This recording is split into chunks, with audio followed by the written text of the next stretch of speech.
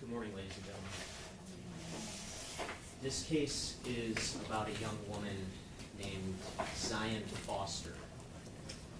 She was 17 years old back in January of 2022 when she disappeared and was never seen or heard from again. Her family searched for her. Police from multiple agencies searched for her. The FBI searched for her. A team of volunteers even dug for months in the hell of a landfill to search for her. But Zion is gone forever. Her body was never even found. And you will hear that on the very last night of Zion's life, she made a mistake. She placed her trust in the defendant, her step-cousin, who is by all accounts her favorite cousin. But you will see that there was something off about their relationship. In text messages that were unearthed in one of Zion's old phones, you will see that they communicated with each other continuously. When the defendant was 23 years old, Zion was 17 years old. They exchanged a lot of text messages that were sexualized, where the defendant shared vivid and graphic details about his sex life with his 17 or 16-year-old cousin. You will see through these messages that he moved closer and closer into her life, and that on January 4th of 2022, he took things a step further. Late that night, he brought Zion over to his house. They were alone. Just the defendant's two young children were asleep upstairs. Zion left the defendant's house that night in the trunk of his car, and he threw her body away in a dumpster like she was a piece of garbage. Now, there are only two people who can say exactly what happened inside of the house that night. One of them is Zion, and she is gone. The other is the defendant, and you will hear that nearly every time he spoke about what happened, his story changed. And although he got rid of Zion's body, you will see that he left behind a trail of digital evidence that is damning and will show you that the circumstances all lead to one and only one explanation for why Zion left his house in the trunk of his car that night, and that's because he murdered her. Now, I want to walk you through everything that you're going to see and hear throughout this case, but first I want to ask you a favor. Because Zion's body was never recovered, this is a case that required a massive investigation. And it's going to require a very meticulous and very detailed presentation over the next couple of weeks to show you the evidence that there is in this case. And so I want to ask you for your patience throughout this process. This case takes us back again to the night of January 4th of 2022. You're going to hear that that night, Zion left her home in East Point. Those closest to her, including her mother and her boyfriend, had the understanding that she was going out that night with the defendant, her cousin. And you're going to see that Zion's last communication with anyone was very early the next morning on January 5th at about 12:59 a.m. when she texted her boyfriend that she was on her way home. But she never came home that night. She never came home the next morning. Her mother became worried. Her boyfriend became worried. Worry turned to panic. And with the understanding that Zion was last with the defendant, naturally they turned to him to ask where she was. And you will hear that the defendant denied that he had been with her that night. He claimed that he had no idea where she was. But you're going to hear that Zion's boyfriend, a young man named Vertez Gonzalez, was perhaps a bit jealous that Zion had been hanging out with her older cousin that night, her older step-cousin. And you're going to hear that Zion had location sharing enabled on her phone with her boyfriend. And you're going to see that on Zion's last night, at 11:24 p.m., Vertez Gonzalez took a screenshot of Zion's phone's location, and it showed that her phone was right near the defendant's house on Greenfield Road in Detroit at 11:24 p.m. you will see that the defendant claimed, oh, she must have been down the street, or perhaps she was using his house as an alibi, he claimed. Now, eventually, the police became involved. And this started as a missing persons investigation. And the investigation started in East Point, where Zion lived, where she was reported as missing. And you're going to hear that her family quickly became frustrated with the progress in the investigation because Zion had run away a couple of times before. And the police knew that. And she had always come back home. And they were frustrated that the investigation wasn't being taken seriously enough. Eventually, the Detroit Police Department became involved. So did the Michigan State Police and the FBI. And you will see ultimately that these agencies collectively unturned every stone that they reasonably could to find Zion throughout this investigation. Now, one of the first things that happened when this was still a missing persons investigation was on January 6th of 2022, the day after Zion was reported missing. And you're going to see that when this was still a missing persons investigation at that time, that 2 Detroit police officers knocked on the defendant's door and they asked him about Zion's whereabouts. This was a friendly encounter because it was still just a missing persons investigation. And you're going to see this encounter was recorded on those officers' body-worn camera. And you will see that during this conversation that the defendant very politely and confidently told those officers that he had not been with Zion the night of January 4th. That he hadn't seen her in close to a year back in May of 2021. And you will hear him exploit the fact that she had run away previously. He's telling those officers she had run away and she was always at some dude's house, he said. Now, eventually the police obtained phone records from both the defendant's phone and from Zion's phone. You see, these phones that we carry around with us on a daily basis, they're constantly interacting with cell towers. And our providers like AT&T or T-Mobile, they keep records of that data. And that data can give investigators a pretty good idea, not a perfect idea, but a pretty good idea of where our phones have been at specific times. And you will see when those records were mapped out, they tell a story. And that story starts at about 10 p.m. the night of January 4th. At around that time, you will see that the defendant's phone was consistent with being in the area of his house on the west side of Detroit on Greenfield Road. At around that same time, at 10:20, Zion's phone was consistent with being on the other side of town in the area of her house in East Point. At that point, the defendant's phone follows a very clear trajectory. It goes from the area of his house on the west side of Detroit directly east to an area in Hazel Park where his girlfriend worked. She worked midnights. And you're going to hear her tell you that he dropped her off that night. And she had no idea that after he dropped her off, that he was going to pick up his 17-year-old cousin and bring her back to the house without her knowing. From Hazel Park, the defendant's phone goes directly to the area of Zion Foster's home in East Point, where you'll see that the phone arrives at approximately 10:42 p.m. And sure enough, you will see ring video footage from across the street from Zion's home,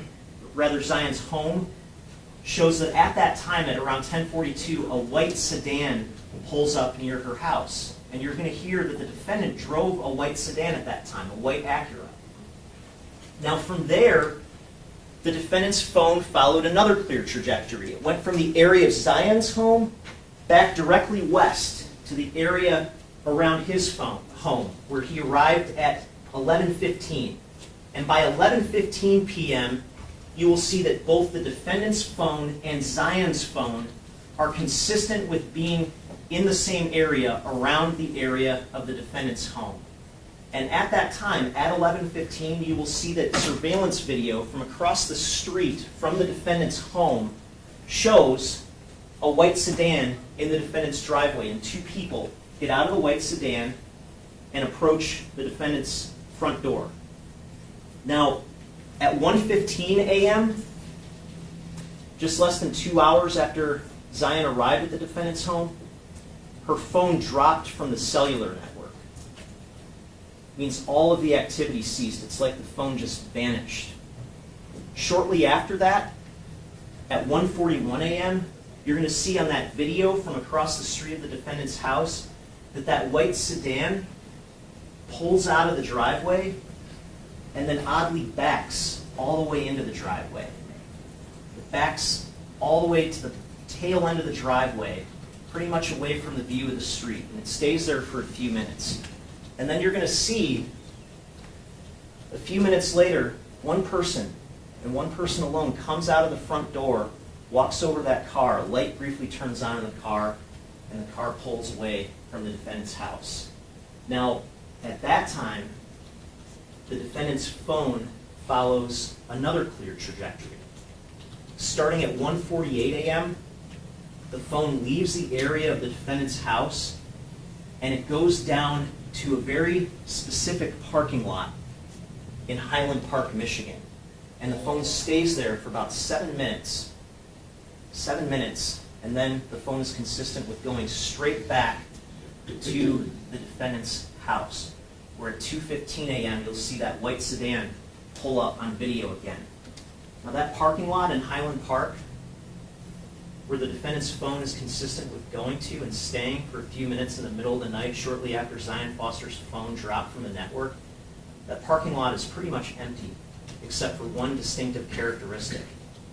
It has several large dumpsters in it.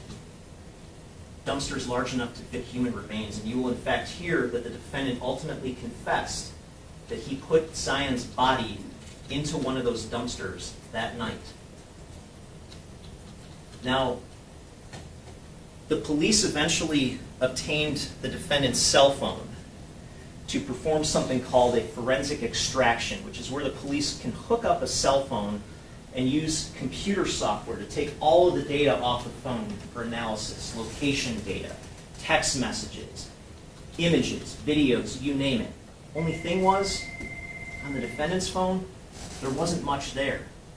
You're going to see that on January 7th, 2 days after he put Zion Foster's body into a dumpster, and 1 day after he told the police that he had no idea where she was, he did something called a factory reset on his phone. It's a complete wipe of the phone. So just as her body vanished, he made all of the digital evidence of the last night of her life vanish with her. But you will see that the police also obtained the cell phone of the defendant's girlfriend, a woman named Katrina Smith. And on Katrina Smith's phone, messages revealed some of the defendant's communications back and forth with Miss Smith on the night of January 4th that helped fill in some of the gaps of his activities that night. Now you're going to hear that that night, while Miss Smith was away at work, while this happened at their home, that she was pregnant, and she was texting the defendant that she wasn't feeling well. And you're going to see that at 1:25 a.m., she texted the defendant, "I think I need to come home." And his response was, "You can make it, baby." This was right after Zion's phone dropped from the network. He didn't agree to come pick his girlfriend up and bring her back from work until after he put his cousin's body in a dumpster.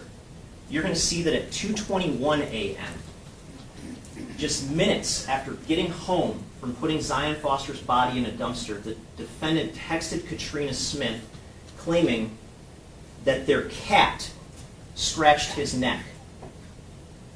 He claimed that he was trying to tickle the cat, and the cat, quote unquote, beat his ass. Now, you're going to hear that the police also obtained some records from the defendant's Google account that were stored in the cloud and separate from his phone that was wiped.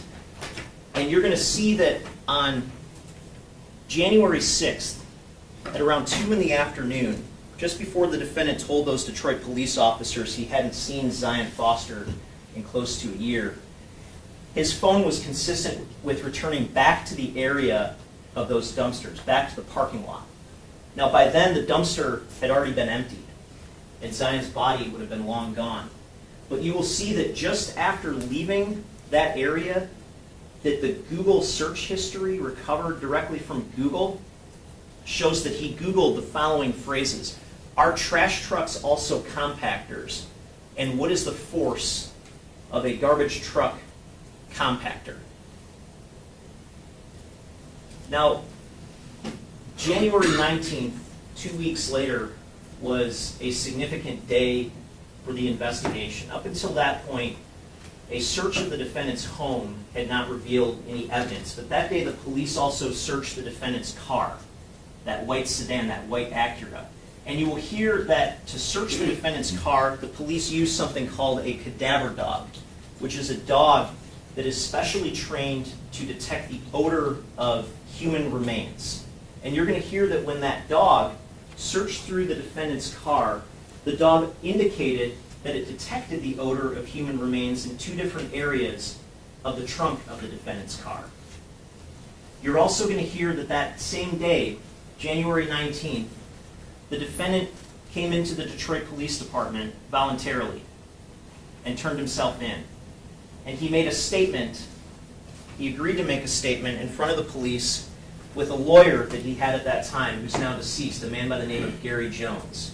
Now, recall that before that day, before January 19th, the defendant's claims had primarily been that he had no idea where Zion was, he wasn't with her that night that she disappeared, and had no idea what was going on.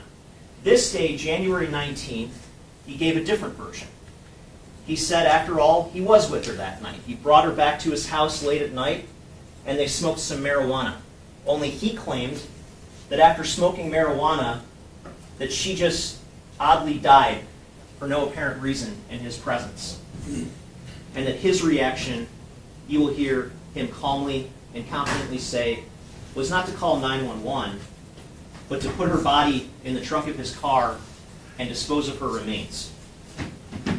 The very next day, you're going to hear that he sat down with another investigator and gave another statement and another version of what happened. This time he said they actually used LSD together, and that must have been what killed her.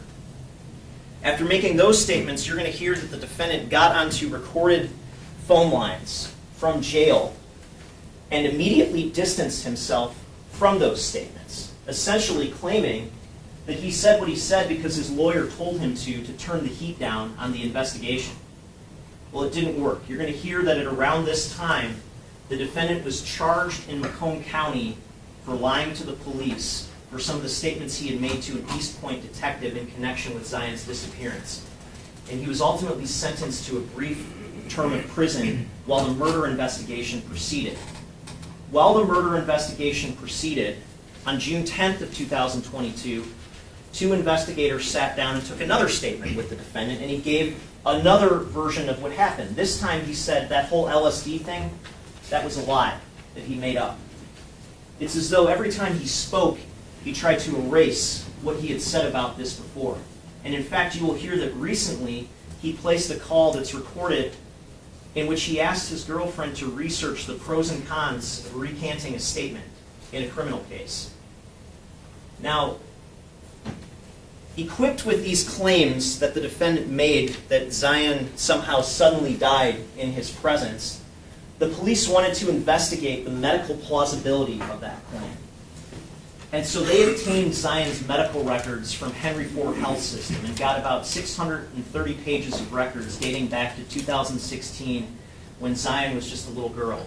And you're going to hear that an assistant medical examiner with Wayne County by the name of Dr. Lee Lavity, who's a forensic pathologist who's trained to determine the cause and manner of death, she analyzed Zion's medical records. She also analyzed them in reference to the defendant's claims that he made about the supposed spontaneous circumstances of Zion's passing. And you're going to hear a couple of key things in her testimony. Number one is that Zion had no documented history of any medical condition that would explain her suddenly passing away the way that the defendant described. Number two, you're going to hear that people don't die from marijuana overdoses, and people don't die from LSD overdoses. And you will hear Dr. Lavity explain that nothing in the way that the defendant described of Zion's passing was consistent with any other type of drug overdose death. Number three, you're going to hear that Zion's boyfriend, Bertez Gonzalez, will tell you that at one point he saw Zion have what he understood was a brief seizure, where he describes that she passed out for a few seconds and then came right back to it. Dr. Labadie will tell you that in all of Zion's medical records, that there is no indication that Zion was ever diagnosed with a seizure disorder, that she suffered from any symptoms of seizures, and she will tell you that the way that the defendant described her sudden passing was not consistent with the seizure. And Dr. Labadie will further tell you that even if it was, in all the thousands of cases that she's worked on, she's never seen an otherwise healthy teenager die from a seizure. But she has seen plenty of people die from violence. And the bottom line is that she will opine that there is no medical plausibility to the description that the defendant gave of how Zion supposedly died in his presence without any intervention on his part. Now, if Zion's body had been recovered, these questions could have been answered. Even if her body was recovered long after he put her in a dumpster. Was she choked? Was she raped? Did she die somehow of some inexplicable natural cause?